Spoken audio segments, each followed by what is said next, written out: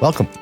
My name is Len Lane, and I am the founder and president of Brokers for Life, Inc., and we are Dominion Lending Centers in Western Canada. The topic of our podcast will be about what we consider to be real-life mortgage solutions.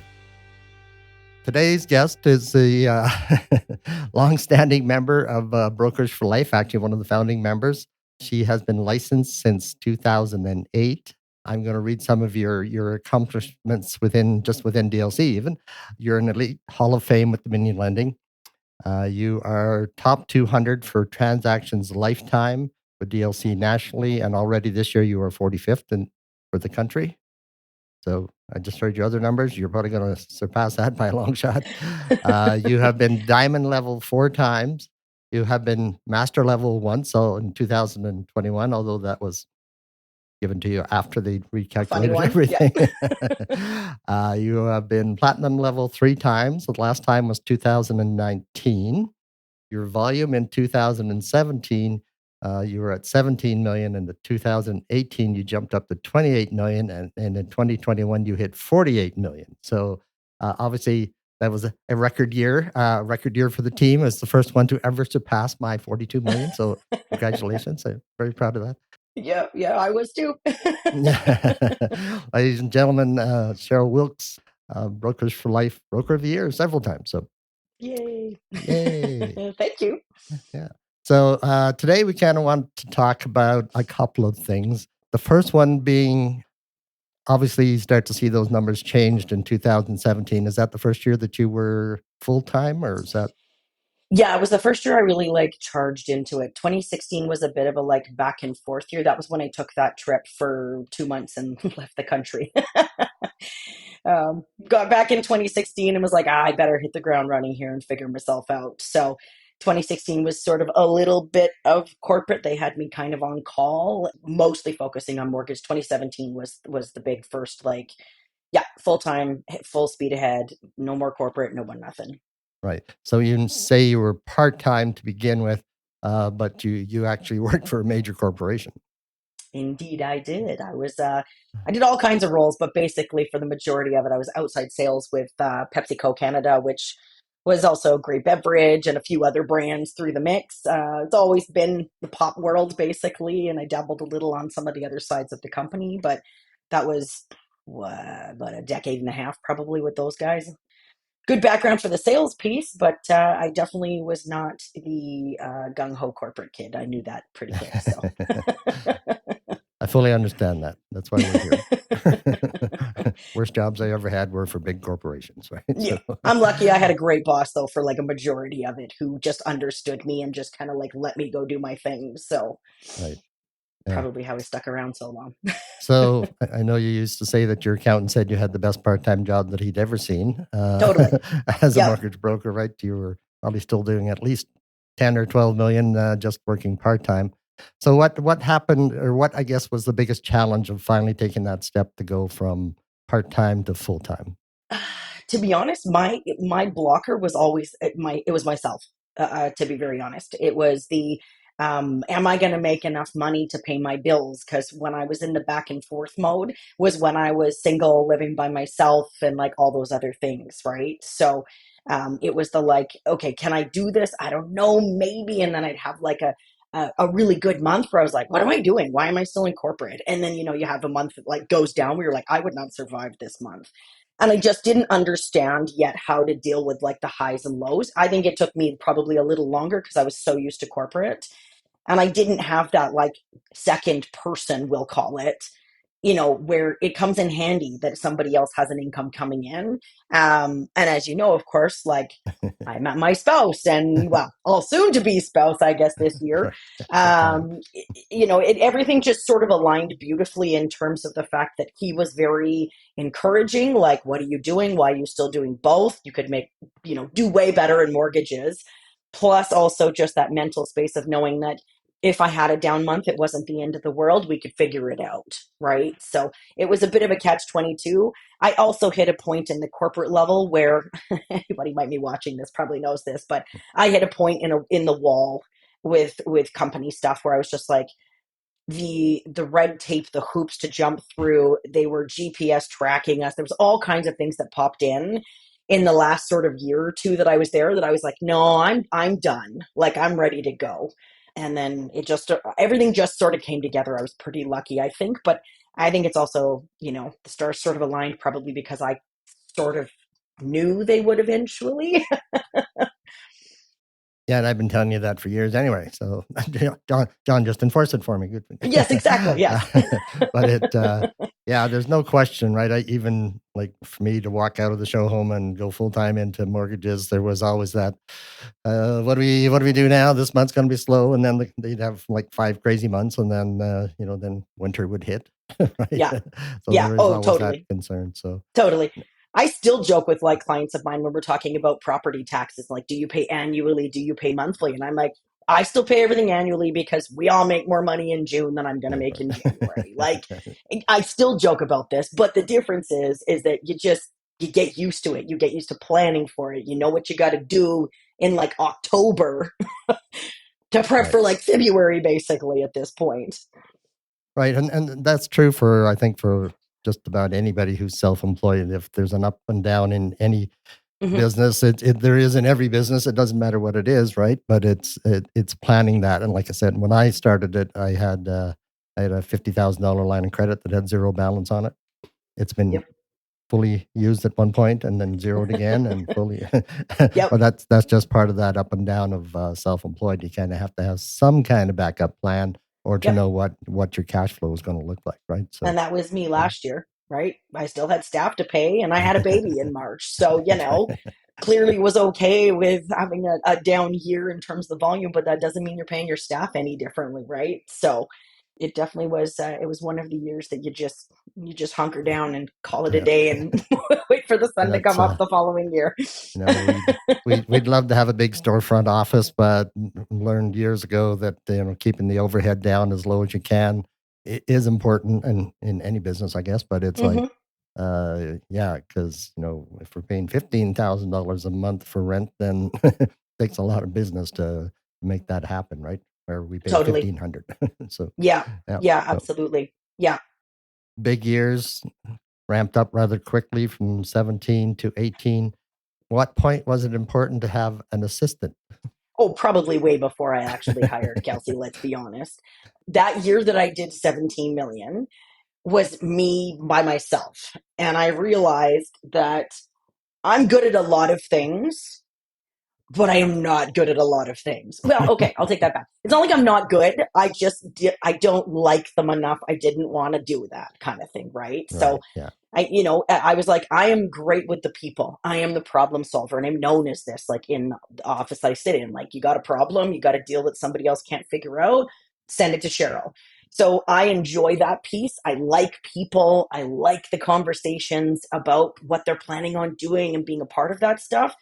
But as your wife loves and knows so well, there's a reason that you guys jokingly gave me the worst compliance person in the brokerage at one point, was because I just was like, I got deals done. I did all the paperwork, but like, there's so much stuff on the wayside that I just knew I had to get done and probably could have done more efficiently. But that was sort of that, like, right. If I'm going to do anything over this and my brain is exploding at this kind of volume and the Yeah. goal is bigger, I need a human who's better at this stuff than I am. And in came Kelsey. Yeah. Along came Kelsey. Should be one of my interviews as well. How to Oh, manage absolutely. unmanageable people. Uh, Come on. I know my it's, flaws. I'm not a horrible person to work for. I I know. know this. And it's funny. I can't remember the name of the book that I've read several times now, and it talks about being from being that practitioner, right, to being the business, running the business, which is what you're Yep. doing at this point. I think you realized that you had limitations on documentation, perhaps. Not that you didn't get it; it's just that it maybe didn't make it into the payroll system the way that the boss wants it to be, right? Yep. Right. Totally. So, Totally. Well, and so I it was also good. still had a corporate job too. So I was never as motivated Yeah. in that sort of phase, right? Where I was like, I still got a paycheck every week. We're fine. Yeah. Yeah. Yeah. But my Yeah, Miss totally. Margie wants every dime accounted for and sent out, and we don't like it to Immediately. be in our accounts. So which is a good thing. So I uh, appreciate it. I've never had to worry that the numbers were wrong. right, yeah, yeah. Which is why I'm not doing that job either. Right. So Yes. that's that's just way too much It's detail just for know me. your strengths and know your Yeah. weaknesses and find somebody who's better at your weaknesses than your strengths. Right. So the importance of having that assistant obviously allowed you to grow. So how much of a day is spent with Kelsey on a file? Minimal. Minimal. Yeah. Um, for us right now, in terms of like process, I'm the initial entry conversation. Hi, how are you? What's the master plan? What are we doing? What are we trying to accomplish? What's your timing? All that good stuff. I input the initial welcome piece, where they're getting the application and a list of documents. Kelsey takes it from there completely in terms of documentation, follow up on it, all of that good stuff. Once their documents all in, then the client will meet up with me again for that pre-approval meeting, whether that's in person at my office or most people take like the Zoom or phone call type stuff.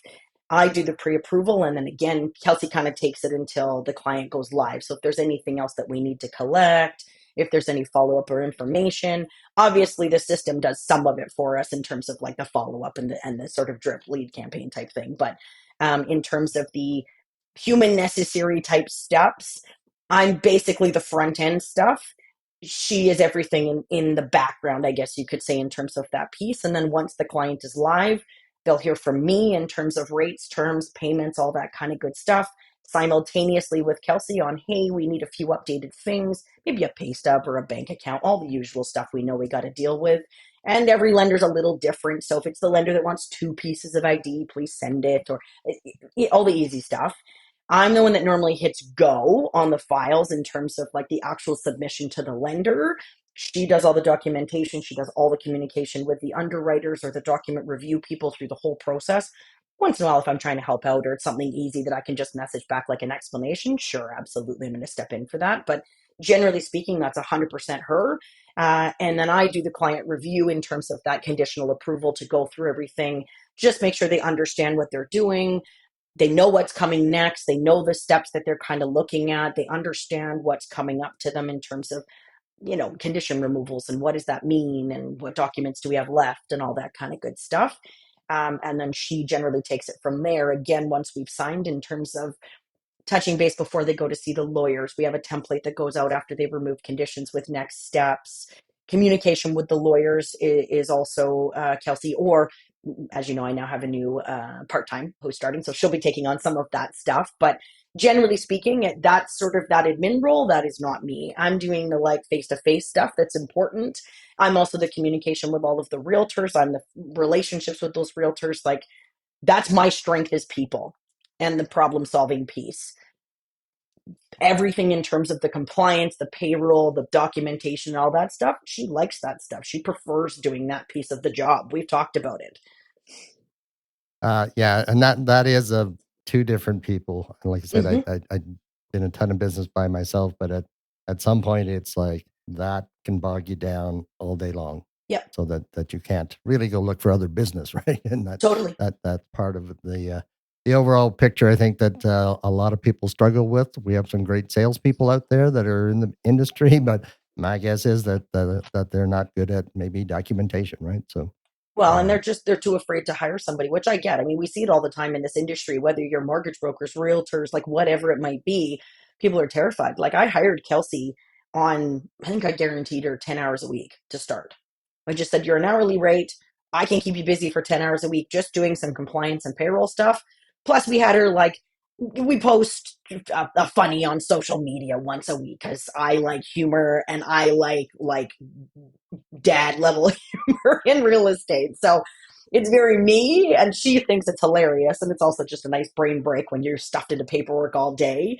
But I kind of said, I can keep you busy for 10 hours. I can't guarantee more than that. And I think, what, 3 months, maybe at most, maybe six at most that she was working for me, that I was like, oh no, I need you full time. And she was yeah. working 40 hours a week for me and has done ever since.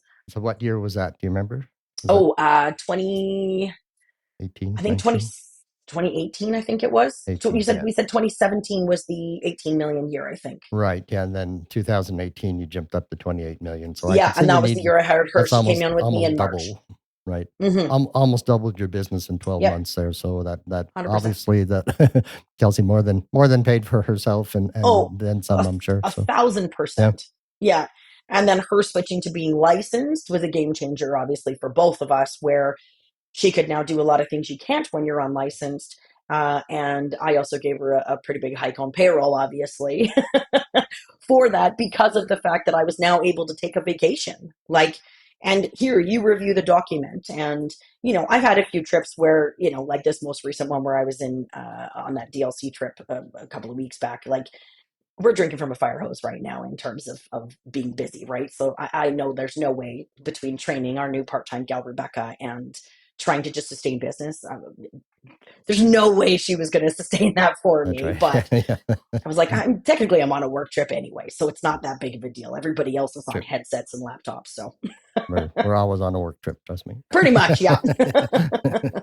Or working on the trip, one or the other. So, Yes. but that's just the way this industry is, and I think it's because of the advances in technology, right? Uh, you know, even as much as took a while for everybody to get onto velocity, but it's like it from my standpoint at least, it takes out a good portion of what a lot of admins would actually do, right?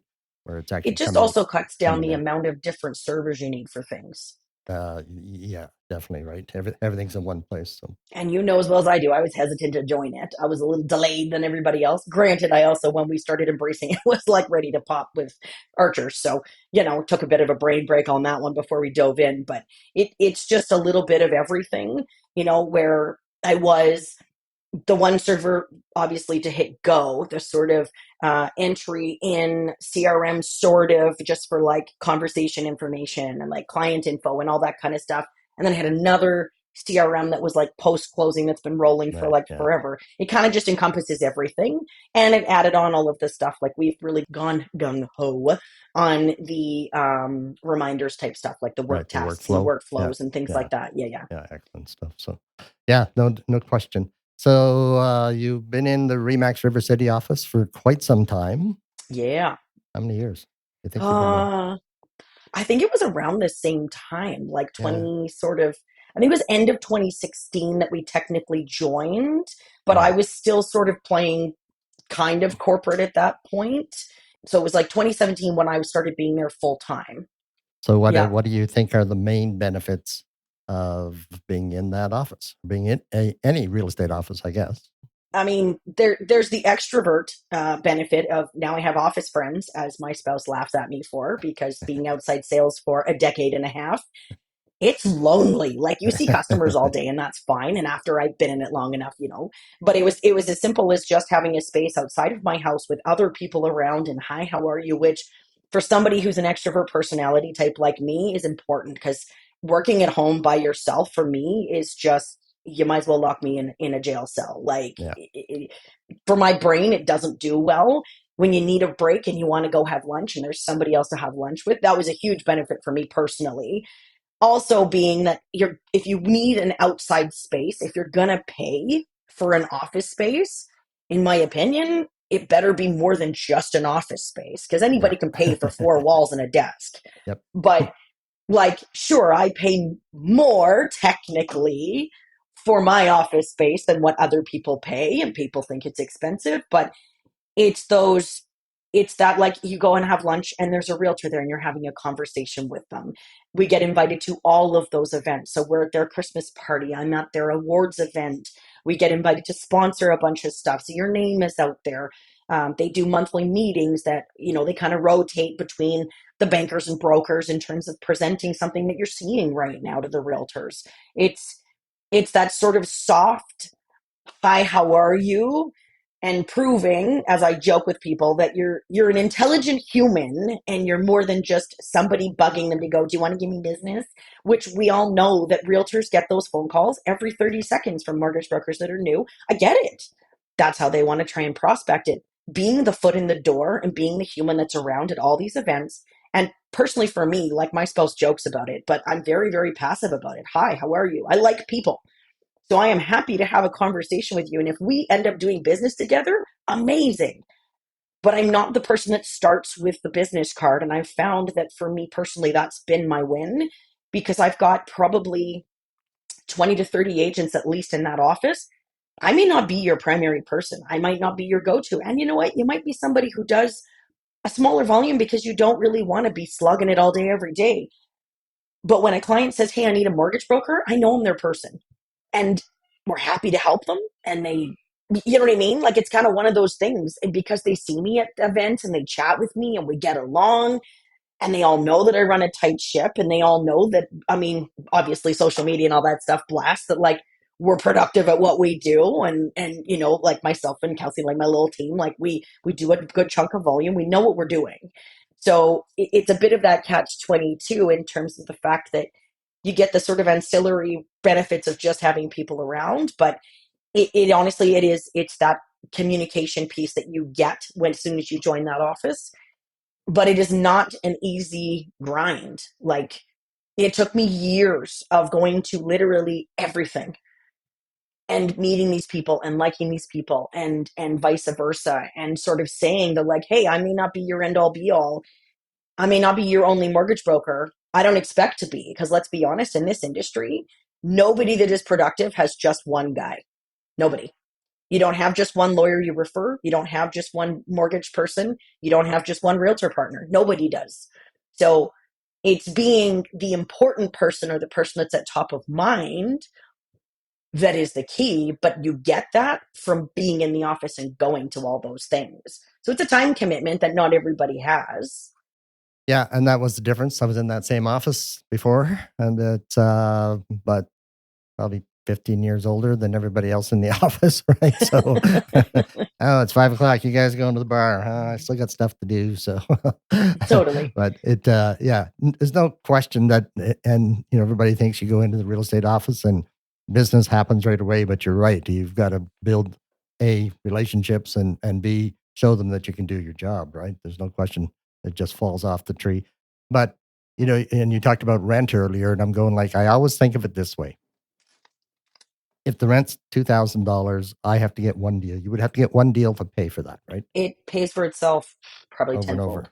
Right. Yeah. Oh yeah. Like, Maybe more this month, right? yeah, well, that's what I mean, right? Yeah. And like I said, it's one of those things where it's just like, in my personal opinion, it's, you're basically paying for that partnership, and the office space is just included.